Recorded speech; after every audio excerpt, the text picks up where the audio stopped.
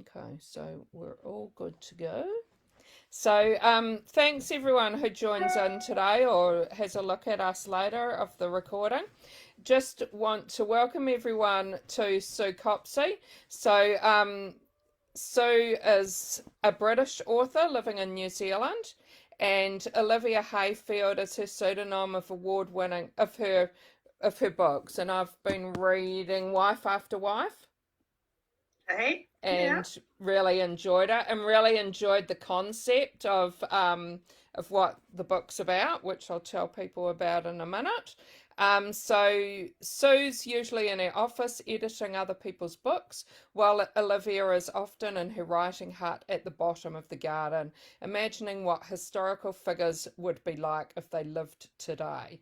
Her first novel her first adult novel was Wife After Wife, a modern retelling of the story of Henry VIII and his six wives. And this was followed by the sequel, Sister to Sister, and the next novel is Princes in the Tower. So Sue's writing career began in London's Zoo press office, and I think that sounds really interesting. So I hope we can find out a bit more about that. Yeah, And long time ago. she later became an editor at Dorling Kinsley, UK, before moving to New Zealand, where she continues to work in publishing. Sue's also written several children's books. So thanks so much for joining us, Sue. Pleasure. Do you want to maybe tell us a little bit more about your books? Because I'd have to say that this is the first time I've ever read a book that has the concept of thinking about what someone in history would be like living now. So I'm really interested to know if you had heard of authors who'd done that before and thought that was a good idea, or just something that you thought up yourself. Well, my moment of inspiration, I'm afraid, it came when I was thinking about Donald Trump. Okay. You could probably see the connection a bit. It was in 2018, and as you've said, I'm normally a children's writer, and I hadn't actually tackled adult fiction before, and I was thinking about Donald Trump and thinking, how is this man still in power? Mm, And I think we just had that whole pussy grabbing episode, his attitude to women, the sort of mm, tantrums, the orange hair and face. And I just had this little picture popped into my mind. Oh, he's just like a modern day Henry VIII. And I've always been fascinated by Henry VIII and all the Tudors. And mm, it just came to me, what would Henry VIII be like if he lived today? Would he be like Trump? Would he be a mm, Trumpish character, or would he actually? Because Henry VIII started off as quite an amazing, cool golden prince, and then he sort of went way downhill into this awful, obese tyrant that we all know and love to hate. So I was thinking, if he lived today, would he still become that awful person, or he'd be influenced by feminism, the Me Too movement, growing up in the 70s, would he be a different version? So that's what sparked the idea. And then when the book was picked up by Little Brown in the UK, they wanted two books, so hence the sequel. So I carried it on, looking at Henry VIII's daughter Elizabeth and looking at the early years of her reign, so yeah. carrying the story on from her point of view. Mm, yeah, So no, that's it's where it really. all came from. And then, Mm, once my agent said to me, well, I think there's so many interesting characters in history. You could carry this on, look at who inspires you. And then the next person I looked at was Richard III, and the whole mystery of the princes in the tower. Was he okay. responsible for their deaths, or was it someone Mm, else? And when I looked into that, he really intrigued me as a character. This evil hunchback child murdering character. Was he like that, or was it all propaganda from the Tudors? And I actually decided he was quite an interesting, intriguing character. So again, went deep into the research and thought, what would he be mm, like if he lived now? mm. Yeah. And have you found other authors who do similar? No, no, Yeah, I'm because I the wouldn't say I've seen any before. I I think found it the really closest interesting. thing would be the musical Six. I don't know if Okay. you've heard of that one, No. with the Six Wives of Henry VIII. Okay. I think it was on in Sydney, and it was on Broadway, and a massive hit. I don't know if it's still going because of COVID, but that's kind of modern day take on the Six Wives. They're all very feisty. So the producers of that were thinking, what would the wives be like if they lived today? But otherwise, I don't think anyone's done this. Anyone else has done Yeah, this. yeah. And could you tell us a little bit about how you became a writer, and is it something that you'd been wanting to do for most of your life, or just suddenly decided that that's what you wanted to do, or Oh, well, I've always, I think, always wanted to write. But because I've worked in publishing for a long time now, I kind of knew what the odds were of actually getting published. I wrote quite a bit of children's nonfiction, sort of back in the 90s and early 2000s. I'd always wanted to have a go at fiction, but I didn't really start writing fiction properly until my kids were a bit older, because it's just finding the time, full-time job, family, having that space to write. But I've always kept diaries. I've always written stories for the children. But I knew that I had a lot to learn about fiction, because most of my editing work up until quite recently had been working on school books and non-fiction books and big illustrated books, not fiction. And I needed to learn how to write fiction, all the rules about how you do it, how you make it work. I edited quite a lot of fiction, and then I sort of did some reading up on it. And so it's only, I think, 2012 when I wrote my first children's fiction. And I wrote three books all set in New Zealand, based on history, because obviously I've got this big love of history. And then, I hadn't actually tried the adult fiction until Wife After Wife, which I started in 2018. But it's always been there, the obsession with writing. Yeah. yeah. And how hard or easy was it for you to be first published? I had a very lucky break, and I'm always aware of that. I'm in the New Zealand Society of Authors, and they were having a competition, and you were to submit your pitch and your first page or two to this literary agency who were holding the competition, and they would pick a winner, and the winner would get the chance to pitch to them in person. And they chose my synopsis and my page one as the winner, and I pitched it to them, and they just loved the concept, and they kept saying, oh, it's such a saleable idea, telling the whole story of Henry VIII in the modern day. It's easy to pitch to publishers. So they took it on board, and they pitched it into the UK and the US, and within a couple of weeks we had offers, and then it got picked up by Penguin in the US as well.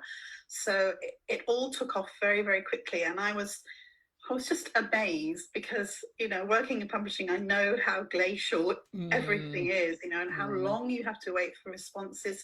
But with this one, it just hit it just grabbed people. And I also think, with the whole COVID situation in the last couple of years, there's been a move towards those escapist books. People want a bit of entertainment. In New Zealand in particular, there's a lot of gloomy books, and people have apparently, I've heard this from bookshop owners, have been going in saying, I want something cheerful. And they said, try this, which is lovely. So, I've had a lot of emails from people saying you really brightened up my lockdown, and that's just the best thing. That's great. Yeah. And could you tell us the characters in your book? Like, I know they're based on people, and I really enjoyed the bit at the back that said where all the characters, how they linked into history. I really liked that part. How did you actually choose their names? Were they names of people that you knew, or you mean the modern day the names? Modern day names? Oh, there was a mixture. I mean, Catherine of Aragon, I mean, that one, because Catherine of Aragon was so saintly, the fact that Aragon rhymed with Paragon was a bit of a gift. Yeah. Anne Boleyn was an anagram, and the others were really just sort of based on the names. So no, they weren't. Cranwell was a mixture of Cromwell and Cranmer, which were the sort of two statesmen at the time. So they just sort of came to me really. And in the new one, I've got Will Bardington, who is William Shakespeare, and Kit Marley, who is Christopher Marlowe. And I thought, Marley, probably Kit Marlowe would have liked a bit of a smoke. So that one kind of, yes, they just sort of came to me ready formed. Yeah. Yeah. And on average, how long do you find it takes you to write a book? Yes. Well, the first one I'd only actually written about 5 chapters when it got accepted. Okay, so I was given a deadline and I had to zoom through it. Same with the second one, I had a deadline. This third one, I didn't have a deadline because we just had the 2-book deal. I spend a lot of time on research, and then I have the day job, so I have to write at night and morning and weekends. But I do find that once I start, it just all comes out very quickly. So I think Wife After Wife took me 6 months, but the one I just finished only took me 3 months. I was like a demon, and that was in lockdown. There was nothing else to do, so I just wrote every spare moment that I had. Yeah, that's pretty fast though, and especially if you had another job as well. Yes. Well, my children have now left home, so I've got a bit more time than I used to have.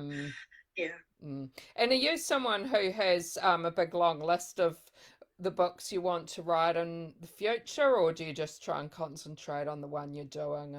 And I usually have some idea of what next. I knew right from the start when my agent said, you should carry on this theme. I knew I wanted to do Richard III. After that, I wasn't sure because Henry VIII is such a well-known character and people know what happened to him. Elizabeth, not so much, but they're still aware of, the bones of her life. Richard III, not so much. He's a bit further back in history. People don't really know much about him.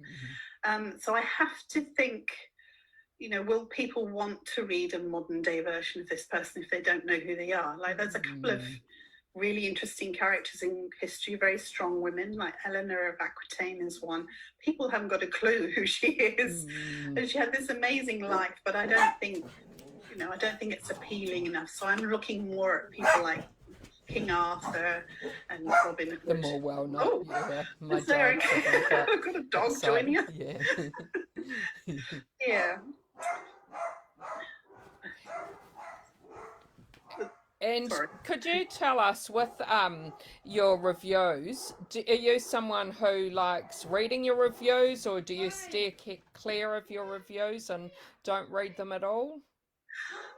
I have such admiration for those authors who say, I never read my reviews, because I can't help it.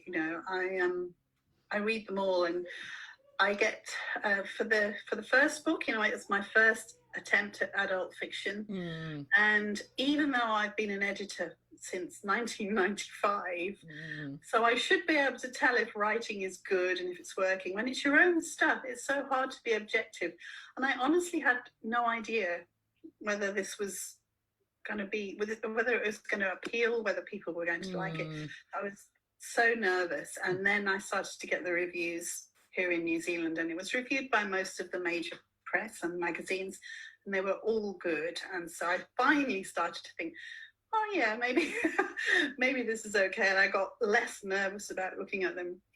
With the second one, Sister to Sister, I put a lot more of myself into that book, so I was doubly nervous, and I could hardly bear waiting for the first reviews to come in. Was what are people going to think of this book? Again, they started to come in, and then they were positive. I mean, I know that you can't please everyone. I mean, everybody has taste. I've had quite a few reviews where, particularly from America, where it's obvious they don't actually know anything about Henry VIII, and they're going, why can't this man keep it in his pants? He's terrible. How can you write a book about a man like this? And I'm sort of wanting to say, well, he's Henry VIII. He had 6 wives and many, many mistresses. He was the king. He could do whatever he wanted. But I just think, well, no. I kind of hoped that it would still work for people that didn't know the story, but I think it works better if you know. if Yeah, you do. yeah. And we've got a few people watching, which is great, and some questions coming through. So Kelly is saying she hasn't if you're a first person reading your books, would you recommend one over the other to read first? Yes, I think it's worth reading Wife After Wife first, because although the second one does stand alone, it is a sequel. Yeah. And it very much, so I won't give too much away, but you'll know what happens at the end of Wife After Wife and what Harry is thinking as we leave him in book one. So his journey carries on in book two, and all the women are kind of, having that influence on him to try and steer him in the right direction, if you like. So it's can Harry be redeemed by the end of book two? So it's mostly Eliza's journey, his daughter, but it's also Harry carrying on. And when I first met with my editor about book two, the first thing she said to me was, you've got to put more of Harry in book two, because people are loving the character of Harry, and Eliza is an unknown. So we want some of it told from Harry's point of view. So I had to go back and rewrite quite a lot from Harry's point of view. But I would say the Wife After Wife first. Yeah. And Suzanne's wondering what you like to read, and I'm wondering if there's anything you might have read lately that you'd like to recommend to us. Yes, so I read a lot of historical fiction and non-fiction, obviously for research purposes. And I'm just on the third of the Hilary Mantel trilogy, which I'm reading sort of for research, but I would highly recommend them. They're absolutely amazing books. They're so beautifully written.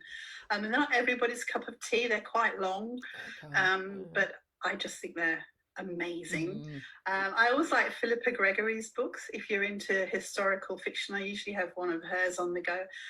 She does play around a lot with history, and so it's kind of important to know what she's making up and what's real, but that's kind of part of the fun, if you like.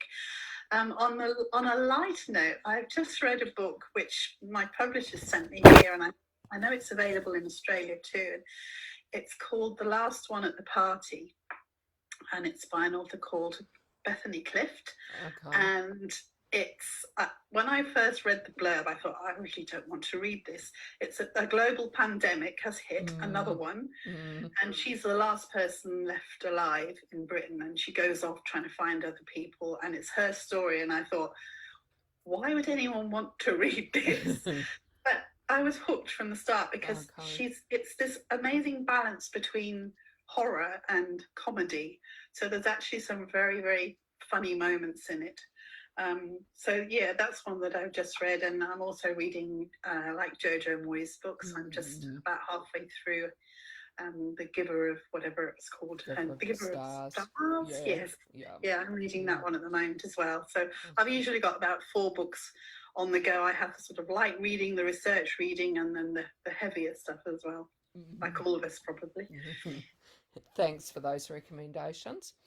Could you tell us a bit about how you go about doing the research for your books?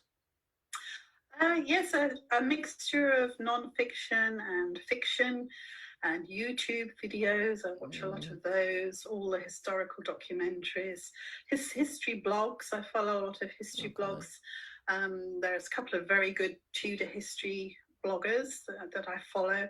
So I try and get a real mix, and Facebook groups are fantastic for me, because there are these niche groups, like there's one called Richard III Was Innocent, and you have to apply to join it, and they accepted me, and I thought they might be a little bit extreme, but they're totally normal, committed, nice people. And there are Tudor Facebook groups where there will be these great days-long arguments over, was Anne Boleyn a conniving, seducing, witch, or was she the most wronged woman in history? So I watch these conversations to see what people think and to get all these different viewpoints. And that helps me make up my minds about the characters, because my books are really character-led. So rather than thinking about the plot first, I take the character and I think, what would they be like if they lived today? Yeah. And how would they act? Mm. And that kind of drives the plot. So I like to know what people think. Like, not everybody hates Henry VIII, believe it or not. He's got a few fans out there. Yeah, so all sorts of, I just look everywhere for my research, really. And when you've been doing your research, have you ever come across something that really, really surprised you? Yes. So when I set off writing Wife After Wife, like I say, it was inspired by Trump. So I expected to find this horrible, spoilt, oh, bless you, unspeakable man who I'd always really, loathed, especially since, watching films like Anne of a Thousand Days when I was younger about Anne Boleyn. How could a man chop the head off someone he'd loved so much? He was a monster. But when I started to research him, I realized that he actually started off as quite an amazing guy, and he was a very deep thinker. He thought hard about things, and he's got this famous conscience, which I'd always thought he just used as an excuse. My conscience is telling me that my marriage is wrong, so I'm going to divorce Catherine of Aragon. But I think he actually really believed that. He was very religious. He was always destined for the church. He wasn't meant to be king. It was only when his older brother died he became king. So he had a religious background, thought hard about things. He was very sporty, very well read, wrote poetry, wrote music. All this took me by surprise. So I thought, so my big question then was, what turned this lovely, deep thinking golden prince into this awful monster? And if he lived today, would the same thing happen, or would it play out differently? And the difference was that today's women would have a stronger influence than they did then. I've gone completely off the subject, haven't I? I can't even remember what the question was. Surprising, that's right. Yeah. So I was surprised by how cool Henry actually was when he started off. Yeah. And just reminding people, if you've got any more questions, please type them in comments. But while we wait to see if there are any more questions, can you tell people how they can keep in touch with you? Oh, yes. So as you said at the start, I have a pseudonym, Olivia Hayfield, which was my publisher's suggestion, I have to say. So Olivia has her own website, which is oliviahayfield.com. And on there are there's the sort of the usual stuff, but I also have a blog where I put little mini biographies of all the characters, the people in history that the characters in my books are based on. So there's blogs about Henry and all his wives, and just done one on Robert Dudley, Elizabeth's lover. And there's a contact form on there. And then Sue Copsey, the other me, also has a website, but that's more for sort of editing and children's books. Okay, thanks for that. And so the name Olivia Hayfield, did you come up with that, or did you? Yeah, so what happened was Little Brown in the UK sent me this really lovely, sweet, slightly apologetic email saying that their marketing people didn't feel that the name Sue Copsey was glamorous enough for this genre of books, and would I like to choose a different one? So my family were like, oh, that's so rude. I said, well, no, I can see what they mean. No one under the age of 50 is called Sue these days. So I looked in my family tree, and Hayfield was my great-grandmother's name. And I'd always liked that name. It sort of makes me think of a summer's day. So I suggested Lucy Hayfield, and they came back and said, no, we don't like Lucy. It's too safe, which I thought was a strange thing. But so they gave me a choice of 5 names to choose from, and Olivia was one of those. So that's how Olivia came into being. But it's quite nice having a pseudonym in a way, because it means I can just blame all my bad behaviour on Olivia. And I have to say, I really love the cover. I just want to show everyone the cover again. It is like, if I saw that in the shop, it would really draw me to it. Do you have any input in the covers? The first cover, I haven't got it here, it's a shame, had 6 wine glasses on it, one for each wife, like one was cracked, one was empty, and so on. That's the mass market paperback. I didn't have much input. They do allow you to say, no, I don't like it, or yes, I do like it. I was slightly mystified by the whole swimming pool thing, but I could see, you know, they were going for the beach read holiday market. It really pops on the shelf. And I think, you know, the tagline, "The divorced, murdered, died," does actually tell you what this book's about. Without that, you wouldn't really have much of an idea that this was a retelling of Henry VIII.